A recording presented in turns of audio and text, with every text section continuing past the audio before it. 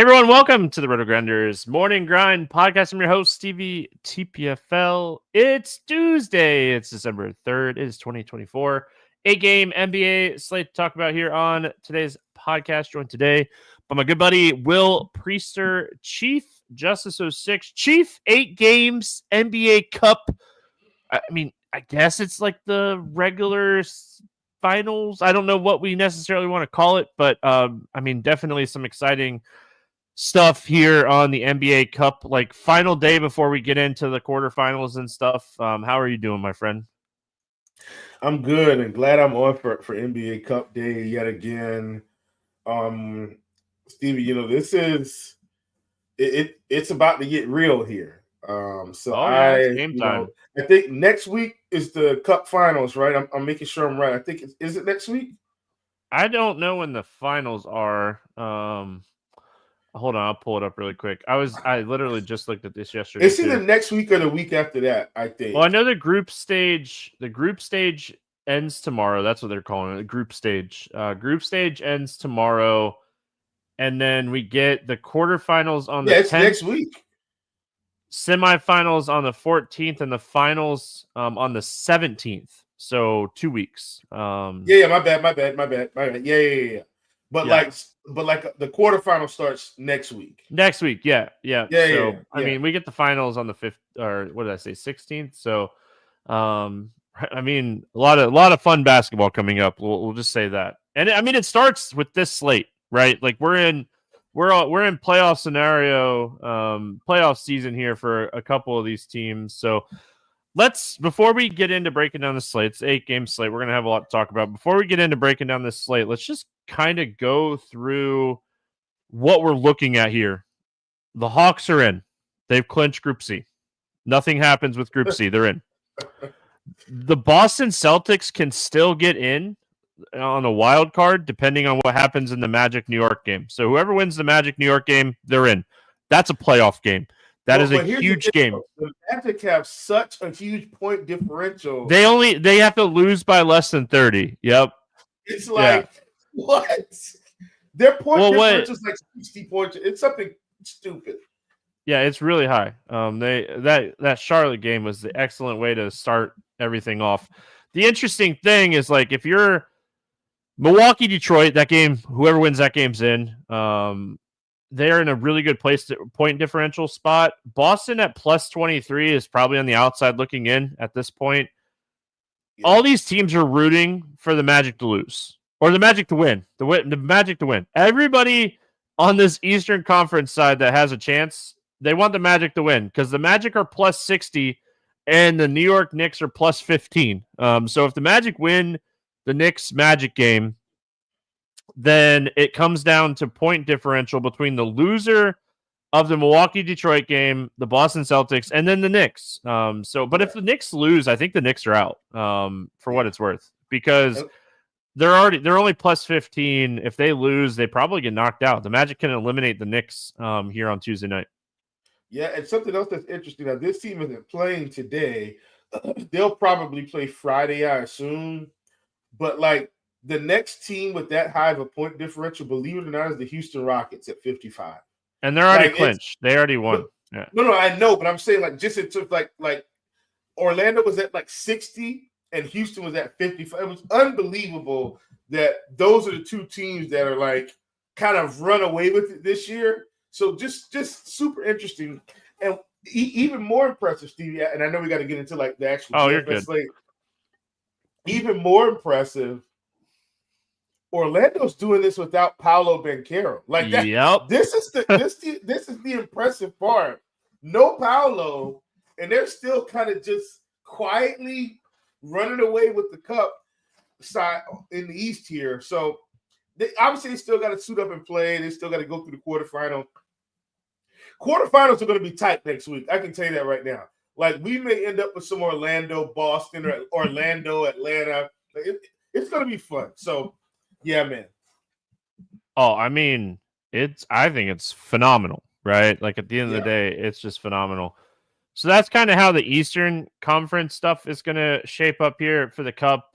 Basically, whoever wins in the Magic Knicks game in, and then whoever wins in the Milwaukee-Detroit game in, and then it kind of just comes down to the Magic-Knicks game on who wins and loses that game. If the Magic win, it'd be a point differential situation for a wild card in the East. And if I'm the Magic, hear me out, Will.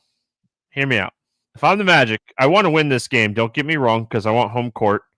But if I lose this game, it's not the worst thing. If I lose this game by less than 30, it's not the worst thing, because then I eliminate the Boston Celtics. We're in a position where the Boston Celtics and the Cleveland Cavs, two of the best teams in the NBA, are going to miss the next or the quarterfinal round of the Cup, and that's huge for the East. Well, Cleveland's already out. I think they went 1-2. They're out. Yeah. So, all right, now going to the Western Conference, I already said it. Houston's locked. Golden State's locked. They've won Group A. They've won Group C. Where it gets really interesting is the wild card and Group B. So if the Spurs win, if the San Antonio Spurs win, they win Group B. I mean, it's as simple as that. If they win this game, they win Group B. If they lose, it becomes very, very interesting. There's a ton of scenarios. I think it would come down to the Thunder winning or losing if the Spurs lose. So that's really interesting. But San Antonio and OKC gets Utah. So I'm almost banking on OKC winning this game for what it's worth. The Thunder are going to win. And then it becomes like if the Spurs beat the Suns, it becomes a point differential thing. And if the Dallas Mavericks win, let's just call it how it is. If the Dallas Mavericks beat Memphis in this game, they are currently plus 41. Yeah, they will be your wild card. They will be your wild card. Unless hear me out on this, Will, and this is a factor into this slate. Bo Nix just threw like a 90-yard touchdown, but sorry, got distracted. But this factors into this slate. If San Antonio wins, the Oklahoma City Thunder they're going to try to win this game by 40. Because they can still potentially get in on point differential. It would come down to them and the Mavs. And I think the Mavs are going to, I think that's going to be a close basketball game between Dallas and Memphis. OKC realistically could beat Utah by 25-30. Like realistic, on the realistic side of things. So then it becomes really interesting on that aspect. Dallas could win and OKC still gets in because they go out and they beat the Jazz by 30. And Dallas wins by 5, So that's going to factor into some of the stuff we're going to talk about. So I wanted to kind of just go and talk about that in general. Fun. I mean, we've been talking. You and I have been doing the NBA Cup slates together since it started, and you and I have been talking about this kind of situation for years. The NBA needed this for years, and it's here, and it's fun. It's exciting. And I hope you all are as excited as us when it comes to the NBA Cup stuff, because it's just been fun. It's been fun on the DFS side. It's been fun on the betting side.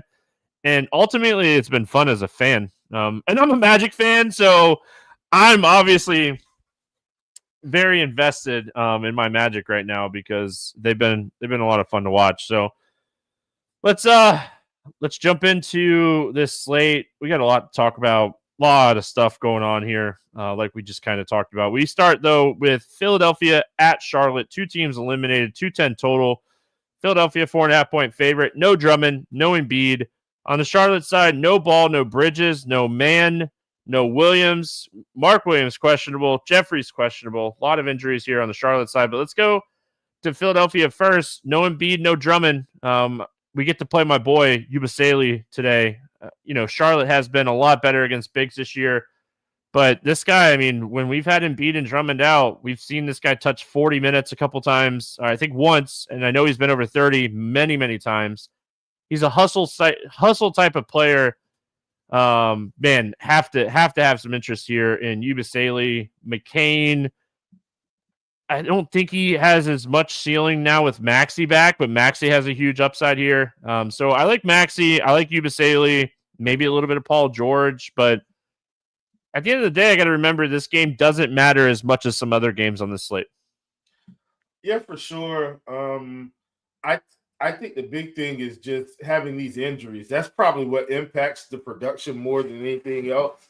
No Embiid, no Drummond. I mean, I think that's a pretty big deal. And I mean, I feel like we're getting a nice discount on Paul George here, going against Charlotte. Stevie, like at 7,500, I think it's time to take a shot, right? Like, I think he'll play 30 plus minutes here. So I actually really like Paul George here in this spot. Obviously, I like Yabusele. And he's probably the main guy. Now clearly we know that Maxey is, kind of the guy right now. At 8,200, I'm fine with it. But I do really like Paul George here and Yabusele. And then I want to play Oubre. He's 5,300. I think that's still cheap enough for a guy that's probably going to play 30 minutes. Let's go to Charlotte side. No Ball, no Bridges. Carmelo's dealing with his yearly injury, man. Jeez. Carmelo. Oh. LaMelo, sorry. You're fine. He's just every year we deal with this with him. He's out for a couple weeks. The ceiling's incredible when he's playing, but like you said, you always are worried about the injuries that's happened. I feel like NBA injuries are tough. It's more of like you get these explosive guys like LaMelo Ball, and they're pushing their muscles to the max, and it happens, right? You hate it. Like what we got Jameis going down the field for a long touchdown to Judy. Oh man, this is yeah. He just second half cards on fire. 70-yard touchdown to Judy. Listen, people are going to listen to this tomorrow morning and they're going to be like, that's not as exciting. Listen, that's why you got to come live. You got to subscribe to the RotoGrinders Morning Grind. You got to come hang out with us live.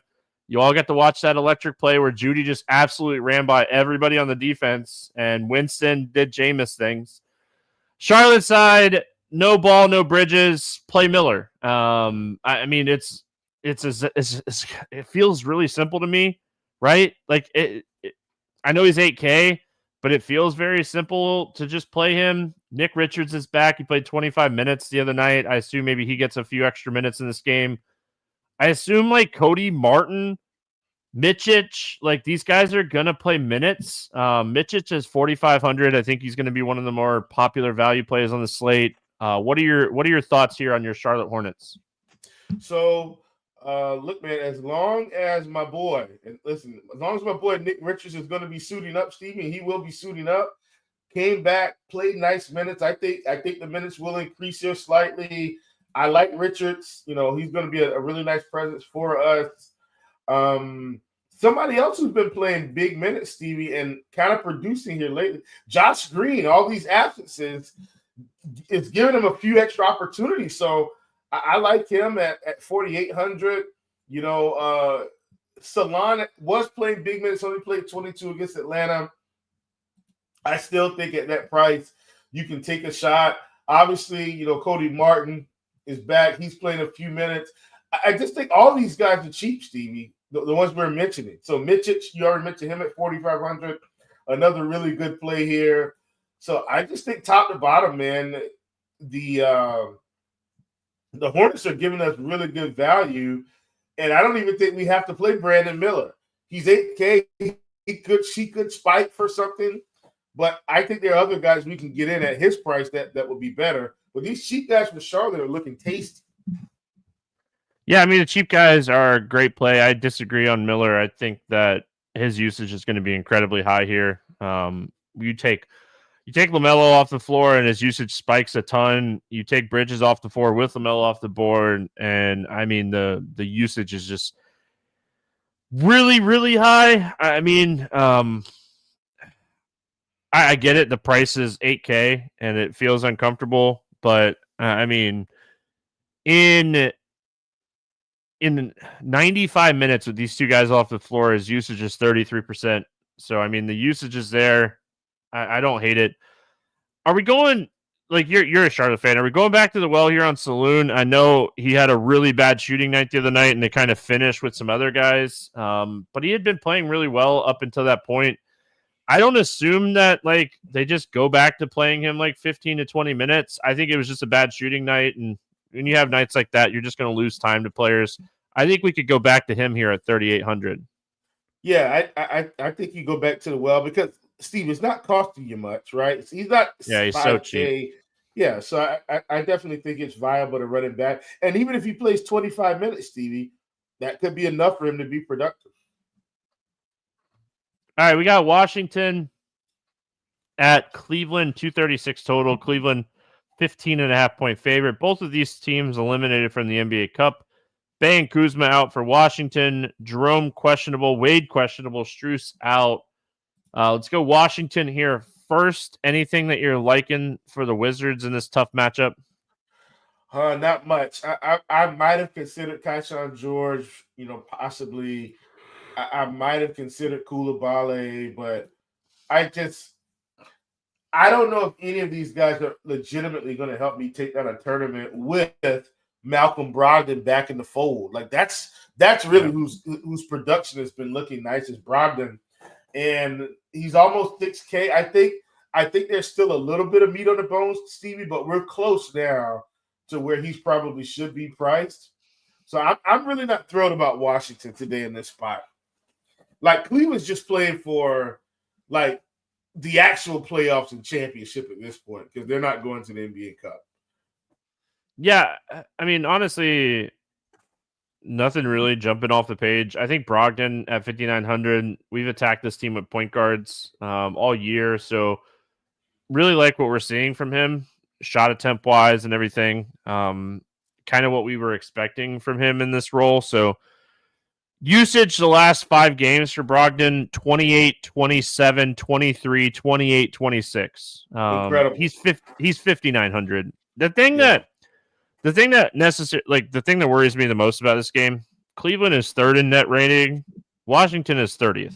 This game could be an easy blowout. And I hate blowouts in the NBA because you never know where the minutes are going to go. If you're playing this game to stay close, maybe you play some shots like on Brogdon, especially with Kuzma out. His usage should be higher with Kuzma out. So on the Cleveland side, I mean, they should crush Washington. It's a great matchup for multiple people. Washington, one of the worst NBA defenses in the league. Problem is, like, I just don't see this game staying close. If I'm going to play a scenario of this game staying close, it would be Mitchell or Mobley or Garland. I just don't see this game staying close. I don't either, man. How? Tell me how, Stevie. I don't see how. So I feel like in this game, one person goes off. And who that one person is, I don't know. But I do know that Jared Allen is a lot cheaper than he has been. And despite some of these rough performances, at 6,600, I think he's worth it in tournaments. I think Allen's my guy today from this team. And I'll live with Donovan Mitchell. If Donovan Mitchell goes off for 60 today, Stevie, I'll live with it. If Darius Garland at 7,500 goes off for 45, I'll live with it. But Allen is very cheap. I think he's my tournament guy from this team. Yeah, and like, I don't know. Could one of these guys crush? I mean, any of them. It could be 2 of them. It could be 1 of them. I don't think 3 of them crush for what it's worth, Stevie. But once again, if we play the other side of it, if this game is tight, my goodness, they could all crush. Yeah, for sure. No, I mean, if you're playing this as a close game and you get that, I mean, what? Probably 3 out of 10 chances of this game staying close. I mean, that's what I would put it at personally. If you get that, like, these guys crush. I mean, Allen, Mobley, Mitchell, or Garland, like, probably 2 of these guys crush. At if least this 2 game, of them, I would say. Yeah, for sure. Yeah, if this game stays close, 2 of these guys crush. And, like, if you're playing the Cleveland guys, think you have to run it back with at least one Washington player, hoping that one of these guys from Washington just has one of those nights. That's how I would build for that game. Milwaukee at Detroit, 223 total here. Milwaukee, a 3-point favorite. Middleton out, Klitman out. Two teams full strength. Playoff atmosphere in Detroit. I mean, I think this is going to be a really fun basketball game to watch. I think it's going to be a really fun basketball game to watch.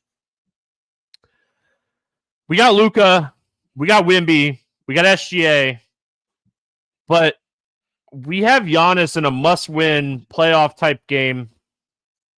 He put up 97 fantasy points against Detroit earlier this year. That's not a mistalk. 97. He scored 59 points. He had 14 rebounds. He had a monster game. Is he the spend up today with this game having so much on the line? In my opinion, yes. What are your thoughts here on Giannis in Milwaukee? I don't hate it at all. Once again, this is basically winner takes all to get in out of this group. So whoever wins this game, potentially somebody can get in if the Magic win, but it's more likely just to win this game. Yeah, like whoever wins is like legitimately in, and they don't have to wait for any other extra scenarios. So I'm with you. I like Giannis at 12K. I mean, look, man, he's been really good.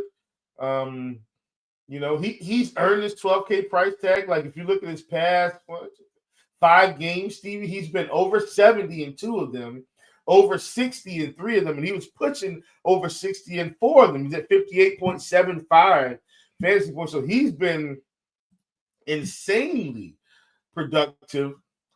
Not to overlook Damian Lillard, who's also been incredibly productive, Stevie. Over 50 fantasy points in 3 of his last 5, over 60 in 1 of them. So both of these guys are doing what they need to do to try to drag this team back into not just the NBA Cup might actually be good for Milwaukee this year, Stevie, because they don't just need to win cup games. They need to win games to just get playoff ready. So I like this team, like Giannis, like Dame. I was on the fence with Brook Lopez in this spot and a Bobby Portis, but I think I'm just going to leave it at Dame and Giannis here and leave the peripherals alone. I was really hoping, Gary Trent would be a thing, and it's just not happening for him in Milwaukee the way I wanted it to, man. But he's 3,900. I wish we could play him, but just not there. You have to think that you're going to get like that type of game where all your guys are getting extra minutes. Like if this is a close basketball, you're just getting all the extra minutes trying to win this game with so much on the line. So I think if there was ever a spot to take some shots on a guy like Gary Trent, maybe, but I could see it being like Portis closing instead of Trent in this game. It's, that kind of situation. I think Prince, being probable definitely helps. They like his defense. Going to the Detroit side of this game, must-win game. Cade Cunningham is back. Not on the injury report. 33 minutes the other night. Cade, we hope you're okay because you're going to go out and play as many minutes as much as you can here. I mean, it's early in the day. Obviously, it's the night before as we're recording this podcast. But, man, I want to make Cade Giannis stacks work with this type of game. Right, like everything on the line type of game, play the 2 stars and just let them kind of duke it out here. So, I mean, that was my initial lean when I first started looking at this slate was how do I play Cade and Giannis together? I mean, I don't hate the contrarian idea of maybe playing Giannis and Lillard together, but I want to play Cade and Giannis together. I think that is where I'm going to end up. Again, it's one of those games where it matters. Whoever wins this game's in. Bring it on. And like Detroit, like Cade, like Detroit Piston fans have not had anything to root for in years. This could be a huge win for Detroit, knocking out Milwaukee and getting themselves into the next round of the Cup. Yeah, for sure. And Stevie, not to pat myself on the shoulder, but I've played Cade Cunningham since the start of the season and just haven't stopped. He's been incredible, man. Like just in terms Yeah. of fantasy production, and then just in real life. Like if you look, Stevie, every game, I mean, he's he's got double-digit assists in the last 1, 2, 3, 4, 5, 6. Last 6 games, and before then, Stevie, so going down the line, 11, 10, 10, 10, 10, 11, 9, 9, 13, 10, 11. Like, this is incredible. And he's putting up the scoring numbers. Like, this is what we were used to with Trae Young for a good stretch before he got more help. And Cade Cunningham has a little help, and he's still getting it done. Love him at 97 in a game at home where they've got to win, and I think he's going to get all the minutes he can handle. What are we going to do with Isaiah Stewart? I was hoping his minutes would stay up, and they've kind of come crashing back down to earth. Jalen Duren, now you think he's going to do something, and then he flops. So Cade is the man I trust. In terms of, the backup guy, I don't really want to play Ivy at this price because Cade is back. And I think it's just Cade Cunningham for me. Like, Tim Hardaway Jr. is playing minutes, but not productive. Just give me Cade. Just give me Cade. Right. Doesn't it just feel like the answer? Yeah. It just feels like just play Cade. I mean, if you want to get contrarian, I think Ivy would be who I'd play, but I don't think you can trust Duren at all. I mean, I don't think there's been a more tilting player this season for me as far as coming into the season, I was really high on him. I thought we were going to see big things from him. Maybe you play the veteran and take some shots on Tobias in tournaments, but I think it's Cade. I don't think I overthink Detroit. I think it's just Cade. Orlando at New York facing the Knicks. 213 total. Knicks a 5.5-point favorite. Paulo and Harris out. Precious and Mitch Rob out. Basically the same guys that have been out for both of these teams here for a little while. Let's go to the Magic here. First must-win game. My initial lean is definitely have some interest in Franz and have some interest in like Jalen Suggs, but really like the price on Wendell Carter Jr. and they've been like gradually increasing his minutes. I could see Wendell Carter Jr. in a must-win game, trying, potentially getting like 32 minutes because I say must-win game. It isn't like necessarily a must-win game for the Magic. They just don't want to lose by more than 29 points, which as crazy as that sounds, I mean, that's basically what they're playing here for today. What are your initial thoughts here on Orlando? Man, listen, this team has been so good. And now, Stevie, they're actually in a game where we're expecting it to be competitive. Like, I don't expect Orlando to blow out the Knicks here. So I think Jalen Suggs, 6,400, is a guy that, we can consider. I like the price. It's low enough. Like I said, they should be not in a dog fight, but this should be a game where they're playing. Kentavious Caldwell-Pope is getting all the minutes he can handle at 4,300 like him. Obviously, Franz has been the guy, but I'm not thrilled about playing Franz at 9,600 today against the Knicks. I could be wrong. I'm just not thrilled about it. I'm going to keep playing Jonathan Isaac at this price point. I know he only played 8 minutes the last game. Looks like foul trouble to me. So I think he'll be in the lower 20s for this game. This is the game where he could really get after it. So I like him. Wendell Carter Jr., his minutes seem to be back up. 5,100, great price for him. Like him as well.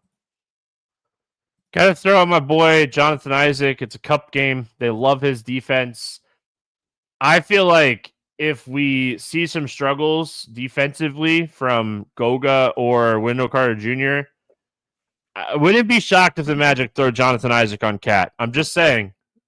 I could see that being a possibility where Jonathan Isaac plays 25 minutes because he's out there playing. Is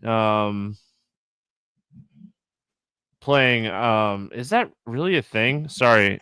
Justin's pointing out that the Magic are minus 350 to make the next round. Got to check that out because it almost feels like that's free, right?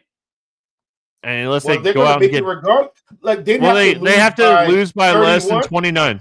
29. They're not 29 is the losing by number. 30 points. Yeah, I They're mean, not. crazier things have happened. I don't in Florida. I don't have it. So I can't get on that. But yeah, has Isaac ever played 30 minutes? So Isaac, was it 2019? Isaac was like a starter and played big minutes. I think Isaac has dealt with a ton of injuries over the last 2 to 4 seasons. So I know the answer to that question is yes. Jonathan Isaac has played that type of minutes before, but not in a long time. He has dealt with a lot of injuries over the last few years. So still, I mean, I would put him up with a lot of people as far as like one of the top defenders in the NBA for what it's worth. That guy he's long and he's fast. In 2019, Jonathan Isaac averaged 28.8 minutes per game. So that is, yeah. All right. Nick's side of this game will, I mean, tough matchups for Cat and for Brunson. This isn't the easiest matchup. I know, like, I know you're about to say the same thing, but I think you got to kind of throw the matchups out a little bit and just kind of play this as it's a must-win game to advance. The Knicks more than the Magic. This is a must-win game. Like, there's a possibility we see Cat play 40 minutes. There's a possibility that Brunson plays 40 minutes. We got to remember what team this is. This is the Knicks. That's what there's some possibilities. Yeah, look, man. I've also been a Cat guy this season, Stevie. And look, this should be as competitive as it comes. Like, this is going to feel like early to mid 2000s basketball. What I mean is not necessarily the 80s, not necessarily the 90s, but enough scoring and enough defense for this game to be awesome. And I think Karl Anthony Towns playing 35 plus minutes is a really good investment at 9,200. This is a guy that we know can get you 60 with this team, Stevie. So I like him a ton. And all of these starters, really, like Josh Hart, OG are fine. Brunson's fine. But my favorite by far is Karl Anthony Towns. If you want to play McBride for salary relief, no problem. But I think Cat is like my guy from this team. If I had to play one guy, it's Karl Anthony Towns. I think he's just got so many ways to get there. Oh yeah, I mean, I think it's Cat over Brunson, and it's probably Hart over everybody else, just because of the minutes and how he can fill up the stat sheet. So that is my thoughts on this game. And I do, for what it's worth, I expect this to be the slowest paced game on the slate. I expect there to be a lot of defense in this game.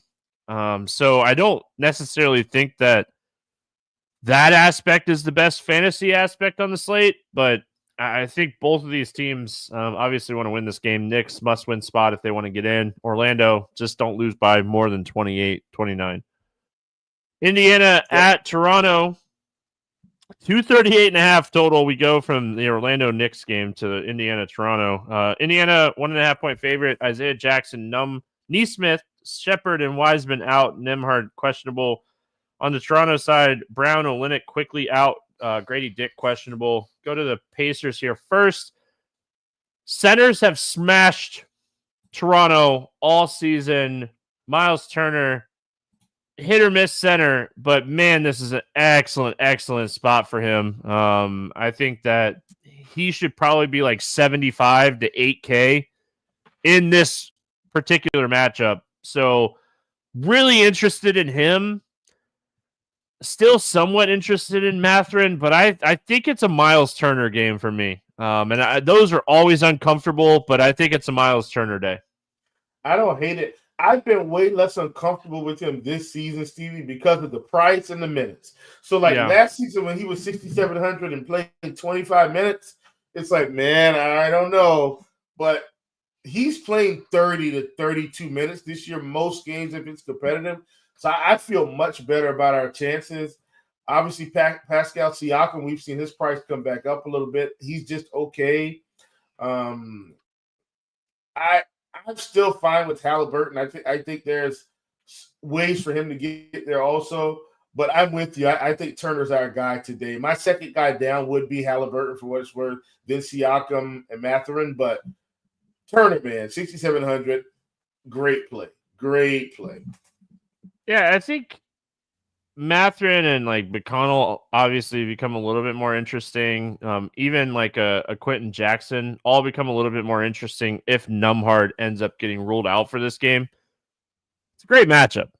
On paper, this is probably one of the better matchups on the slate. I mean, Toronto, not a great defensive team. The pace of this game projected to be one of the best paces on the slate. So, good spot. And then going on to the Toronto side, I mean, we'll watch this Grady Dick news, but I mean, if he were to sit here, that just kind of opens up maybe a little bit of value with like Abaji.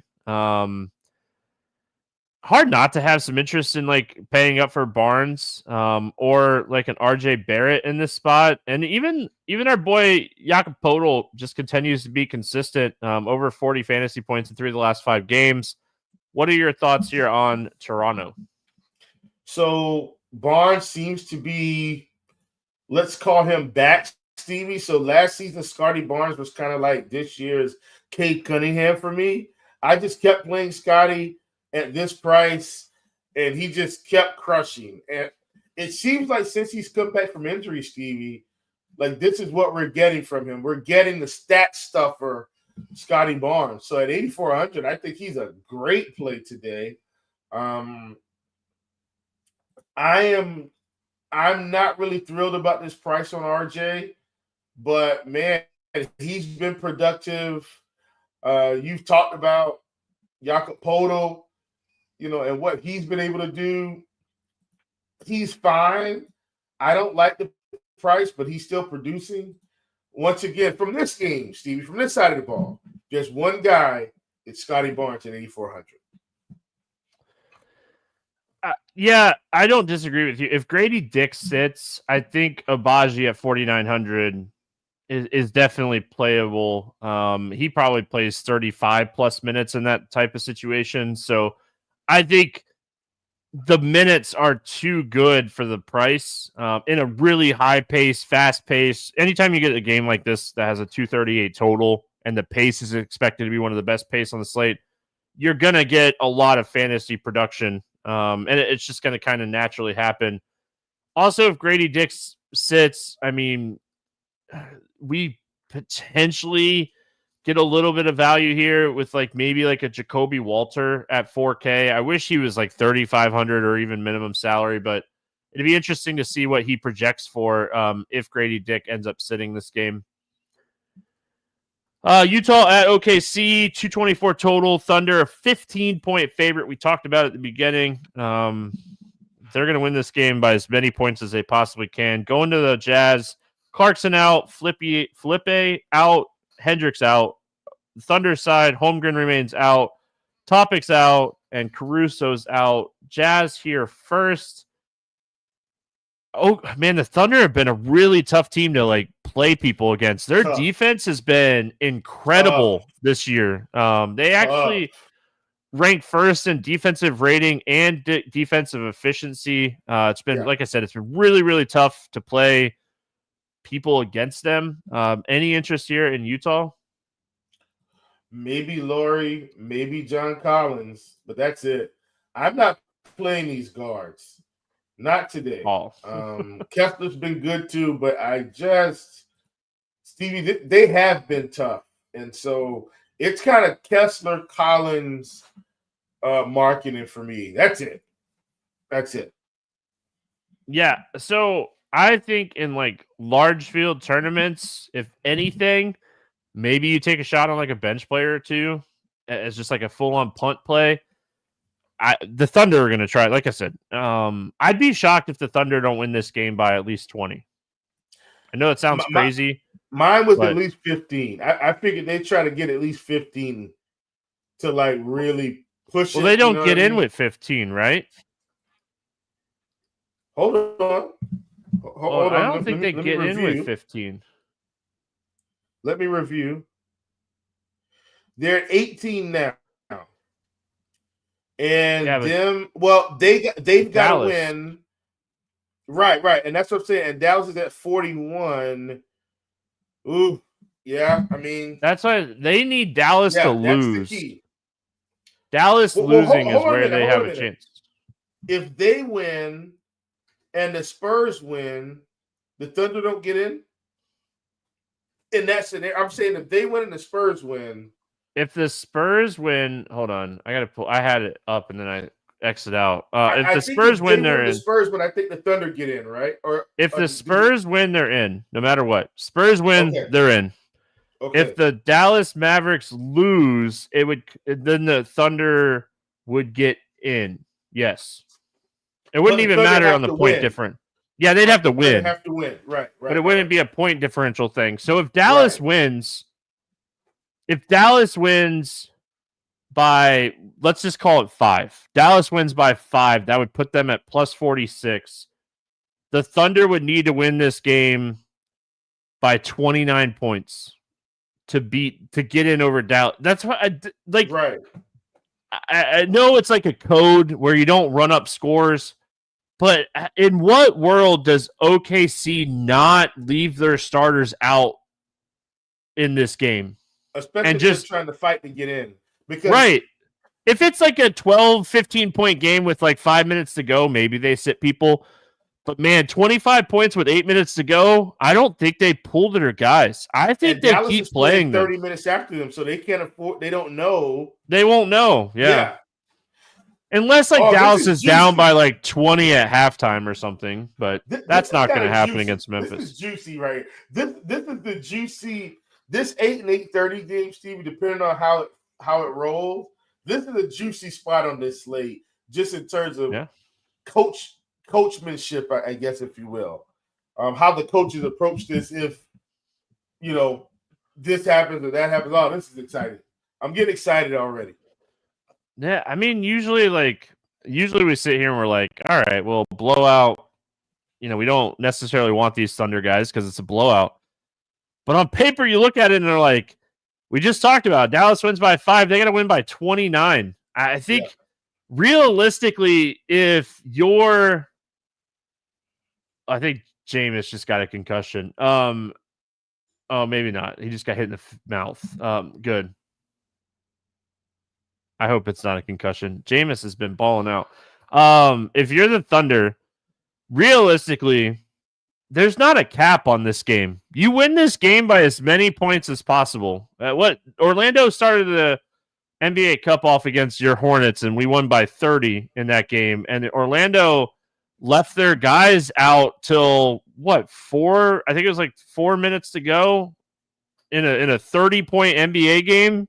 That set them up for this whole cup. But think about it. It set them up for the whole entire cup. So now you think back to that Charlotte game, and you're like, Orlando is in unless they lose by more than 30, and that's the 30 they beat Charlotte by. So right. It's kind of crazy when you think about it, but I mean, we've been talking about this for weeks now, and this is how teams have to approach it. And I think we're going to see it even more next year if we bring this NBA Cup back next year. We see it even more.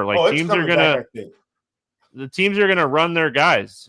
So all this to say, I think the Thunder try to win this game by as many points as possible. Hartenstein has been awesome.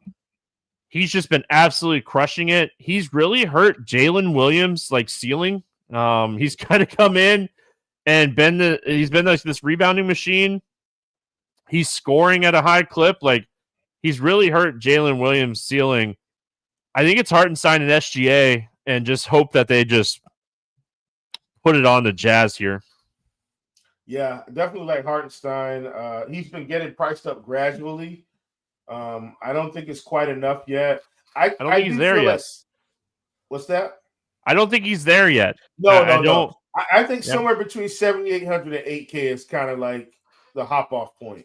Well, you have to remember at the end of the day, the 3 teams that allow the most fantasy points per game to opposing centers. The Utah Jazz, number 1, Toronto Raptors, number 2, Washington Wizards, number 3.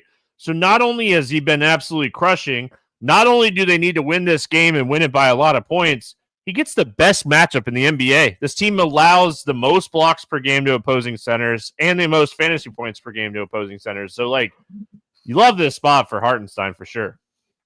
Yeah, man. He's definitely a target at that price. And then you talked about SGA. I mean, this is a game SGA could go for 35 real points easily if everything broke his way. I mean, he's pretty much a 30-point machine anyway. And now you're giving him, extra motivation, if you will. Love SGA. Love Hartenstein. I'm okay with Jalen Williams. I'm not completely off of him. But at 8,800, I just think Hartenstein's a better play. All right, fun game. Should be interesting to watch. But here we go. 2 other games that matter so much. We got Memphis at Dallas. 238 total. Dallas, a 4-point favorite. Memphis side, Edey's out, Jackson's out, Williams is out. Dallas side, Exum's out, Najee's out, Clay and Lively questionable. Those matter a ton for this team. Let's start here with Memphis. They try to play spoiler here. This game matters for the regular season, but hey, if you could be a spoiler too, that's the fun part about the NBA Cup. What are your thoughts here on the Memphis side? Well, I think Memphis has some pieces because – let's take a look at Ja here, Stevie. 8,700, but he hasn't been playing the minutes. Do they let him play 30 to 32 minutes to try to play spoiler? I think at 8,700 in tournaments is worth the price, the cost of admission. All right. You've got Marcus Smart at 4,800. I think he's fine. He's playing, 25 to 28 minutes, I think it is. Well, yeah, roughly. Let's just call it average of 25. I think he's fine. Okay. Next man up, you've got a Desmond Bane at 7,300, who's kind of, actually, in my opinion, actually does have stable minutes. I think he's okay. You've got Jaren Jackson Jr. at 7,700. I'm not as thrilled about his price with Ja and Bane, but I think in terms of tournaments, you could do worse. Clark's playing 20-plus minutes. You've got Mr. Laravia here playing around 20 minutes. So I think there's some pieces here, Stevie, but I do think Ja's the upside play at 8,700 because people might still be afraid to play him. I think he gets 30 minutes. I don't think he hits 35, 36, but he gets 30 minutes at 8,700. Stevie. He could drop 50 fantasy points if things are going his way. Yeah, I mean, usage still kind of spread out on this team. It's not my favorite team to target on this slate. I do like the idea of them playing like the spoiler role. I think if they were going to beat Dallas, Ja or Jackson or Bane have big games. I think like in a close game, you could potentially take some shots here on Marcus Smart. I think there's some meat on the bone, as you like to say, for him at 4,800. I think in a close game, we could see Marcus Smart play 28 to 30 minutes. His minutes were definitely trending in the right direction, and then it kind of blew out in the end of the other night. So I think you could potentially take some shots here on Marcus Smart. What's he been back? He's been back for 4 games now. Just kind of looking through 19, 20, 26, 23 minutes, but usage, man, 26, 19, 30. So he definitely has some upside with that usage. One thing that I like about him and like getting these guys that come off the bench is like there's upside in these bench guys with the usage bench guys. I've been talking about this for years. There's upside in usage bench guys. So I think there's some upside here for Marcus Smart in tournaments. Dallas side, man, I like the idea of playing Luka in a must-win game. Obviously came back, took 24 shots, played 36 minutes, had a really good game against Portland. I don't think this is a bad matchup by any means. And again, we talk about it. It's like a must-win spot. It's it's a really nice pace up spot, even though Dallas plays pretty fast. Like Memphis plays on another level of fast, so it's a pace up spot for Dallas. So I mean, Luka, I don't like playing Kyrie when Luka plays. I think that Luka absolutely destroys Kyrie's ceiling, even though they've had good games together at times in the past. But I think it's Luka for me. If Lively sits, I think I'm going to take some shots on Daniel Gafford at 5,900. Again, another center play. Kind of why I didn't like Walker Kessler and a couple of these other like fringy center plays, because I think that we just have, I mean, three off the top of my head, right off the top: Turner, Hartenstein, and Gafford if Lively's out. So I think there's a lot of potential at center today. I think that's a position that you're going to want to get right if you're going to win a tournament today.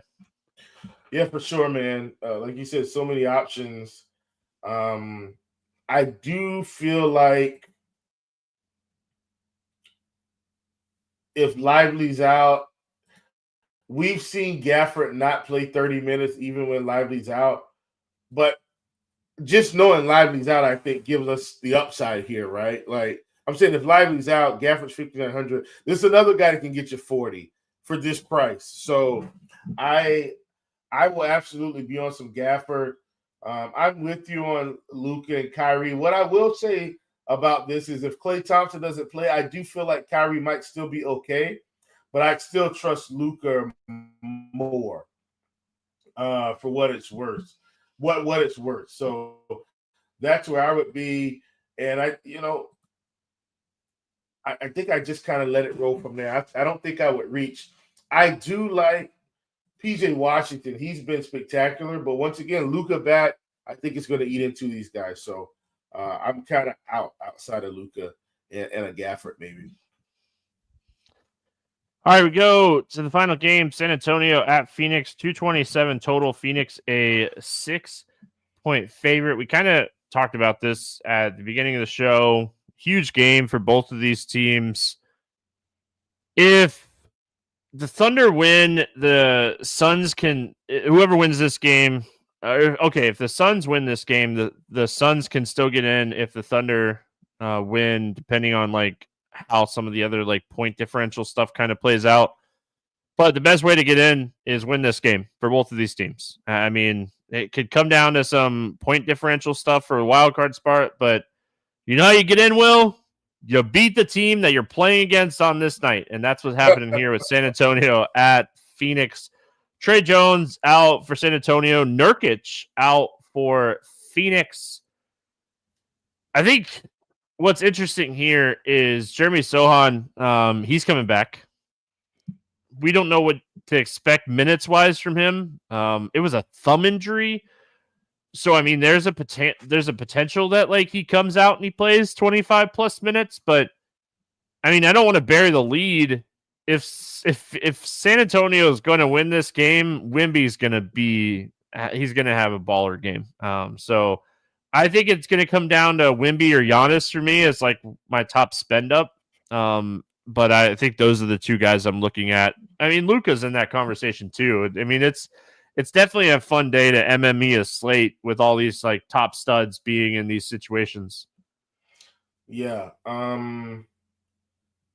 I feel like if I had to take one, though, I think for me right now, it's Giannis. I will say I do think it's Giannis for me, straight up out of all the studs, even though he's the most expensive.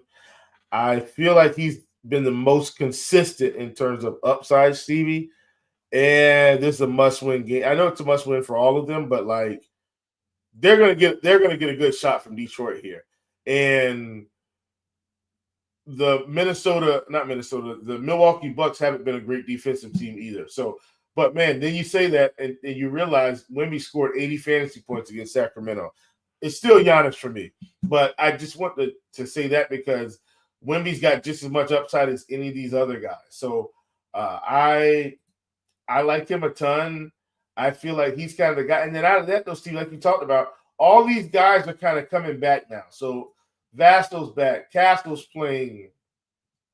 Champagne's playing. Keldon Johnson is playing. So it's so many guys playing. I think it's just Wemby for me. I mean, that's where I'm at. I think it's Wemby for me. And it's more of like, I don't know what to really expect with everybody healthy. Because now we're adding, like you mentioned, now we're adding Sohan into the mix as well. So I know one guy I don't have to worry about usage or production, and that is the second-year man here for San Antonio. So Wemby a lot. Phoenix, if all the situations that we talked about on this slate, Phoenix, if they win, they have a chance to get in, kind of situation. But their usage and production is so spread out because they have three guys that can kind of take over a game, more probably two with Durant and Booker. And I think Bradley Beal's at the point of his career where he's kind of more of a role player than a guy that's going to go take over a game. I'm struggling to get excited about playing any of these studs. I think I'm looking at a Plumlee type of situation where I'm taking some shots on a Plumlee, or was it Osho, right? Is the other guy, whoever kind of starts for Phoenix at the 5, maybe that's the guy I'm taking shots on instead of paying up for one of these studs, because I just don't think these studs compare to this other studs that we've talked about on this slate. Yeah, for sure. I don't think they do either, Stevie. I think if I was going to play one, it would be Durant, just for his pure shooting upside. He is going to put together some peripherals, don't get me wrong. But Durant can score 30 points on 15 shots. You know what I mean? That he could just have one of those stupid efficient nights, and all of a sudden he's got 54 fantasy points. Oh, yeah. I mean, if there's a guy that's going to take over a game, don't you think that's the guy? Yeah, for sure. So definitely like that. But that's about it for me with. Excuse me, my goodness, that's about it for me. I wish I knew Plumlee was going to play 25 minutes. Yeah, that's what I said. I think it comes down to who starts. Who starts? Yeah, I mean that's for sure. And you might not have that luxury, right? You might not have that position to be in because they are both very similarly priced. So you could potentially use a utility spot on them, but do I really want to use we have so many good center plays today? Do I really want to use a utility spot to hope to get that right? I don't probably do that. But I mean, if you're playing MME, that is definitely something that I would do is plug in Plumlee.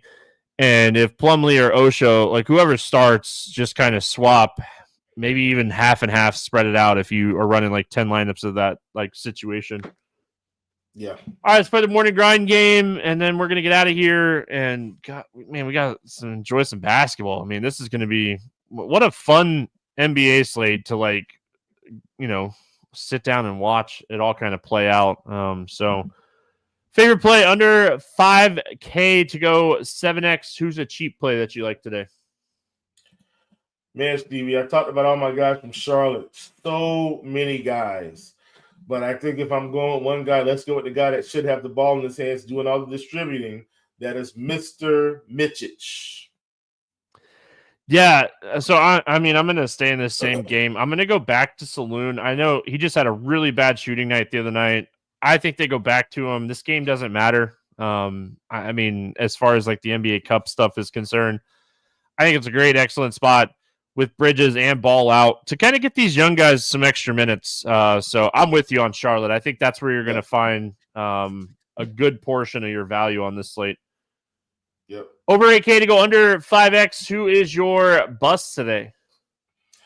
Oh, man, Stevie, with so many guys in the cup today, I feel like we've got some – I just feel like it's kind of tough. But, for me, let's just go with a guy that I think is, maybe priced a little bit too high for the spot. Luke is back. God, man, if Clay's out, I hope I don't regret this. Give me Kyrie at 9K. I mean, I'm with you. He's the guy that I think I probably have the least amount of. And the other guy is Donovan Mitchell. Donovan Mitchell could put up 70 fantasy points in this spot, and I wouldn't blink twice about it. If this game stays close, that's a possibility.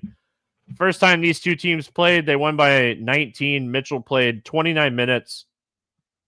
He shot 61% from the field. He hit 6 threes. He scored 30 actual points and 51 fantasy points. That beats the 6X, but that doesn't win you a tournament today. I don't think this game stays close. I think that this is going to be a game where Cleveland kind of controls the whole game. He's my bust today. Favorite 6X play today?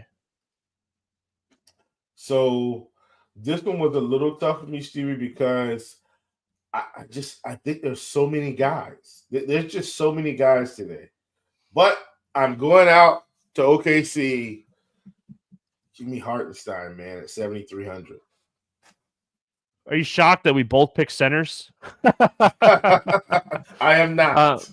I'm going to go. I mean, I talked about how much I like this spot for him. It's always scary to be overweight on this guy, but give me Miles Turner going up against Toronto. It's just been an incredible matchup all year. Really like him today. Favorite GPP ceiling play? Who has that ceiling you're chasing today? And I kind of have a feeling I know who you're going to pick already. Yeah, it's Giannis, man. I took him out of that group of 3 that we felt like had some of these expensive guys. That Giannis at 12K, man, must-win situation. They need some good news in Detroit because I don't know if anybody's heard. Giannis wanted out of there. They need something good to happen. I think winning this game and being able to get into the cup is a step in the right direction for them. Giannis at 12K. I did not hear that he wanted out of Milwaukee. That's crazy. Yeah. What's his contract? He signed a 5-year deal. So next year is his next year is his deal? No. Extension 26. Okay. I mean, I don't think he's going anywhere anytime soon. He signed a 3-year extension in 2023 for 186 million. Would you? Okay, Will. I get it. Like, we're not Giannis, but would you ever want out of anywhere that's paying you $45 million a year? I don't know. I mean, look. Here's the thing. He's got a championship, so that's one thing. And so yeah, I mean, even when you have one, like, don't you always want more? I mean, the greats win multiple. He probably is at the point where money doesn't matter as much for him. So, and I mean, I don't disagree with chat about him making more money in a different market. Anyway, my ceiling play today, Wemby. Listen, this guy, this is a must win. The Spurs, they win, they're in the cup. And I mean, it's funny because we're sitting here and we're talking about some of these teams that we've talked about. I mean, think about it. Cleveland and Boston have 2 of the best records in the East, and they're both potentially missing the cup, which is crazy. And we have Detroit with a 9-13 record. If they win their game, they're going to get in. So, like, how do you change your season around? I mean, getting into a situation like that is something huge. And I brought that up because, like, San Antonio's 11-9. Yeah, they win this game, and now we're talking about a team that's like 12-9 and in the cup, getting the wheels turning. They got a young, talented team. So, I mean, I think Wemby has a big game. So I love his ceiling. Who's your let's get weird GPP play of the day? So I'm going out to that game, and like I mentioned, if anybody's going to efficiently put up numbers, it's Kevin Durant at 8,600, man. And I don't think he's getting much ownership today for what it's worth. In a game where, I mean, look, we've seen KD in the finals. Like, we've seen him kind of just take over a game, Stevie. I think KD's a dark horse tournament winner today. I talked about this guy, and I wrote him down earlier because when I was breaking down the slate before the show, just kind of jumped out to me as a guy that could be a difference maker. Love the usage off the bench right now for Marcus Smart. He's 4,800. I don't think he'll get any ownership today. Probably one of those guys that project for like 5% ownership. I think Marcus Smart is the guy that could be a difference maker, and he's my Let's Get Weird GPP play of the day. Any bets you like on this slate? Yeah, man. So hear me out here, Stevie. Hear me out. Hear me out. Oh, I mean, I'm listening, buddy. So the Orlando Magic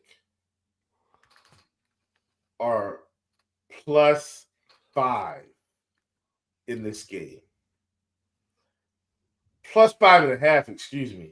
I was gonna say I already bet it at 5.5, but At yeah. -110.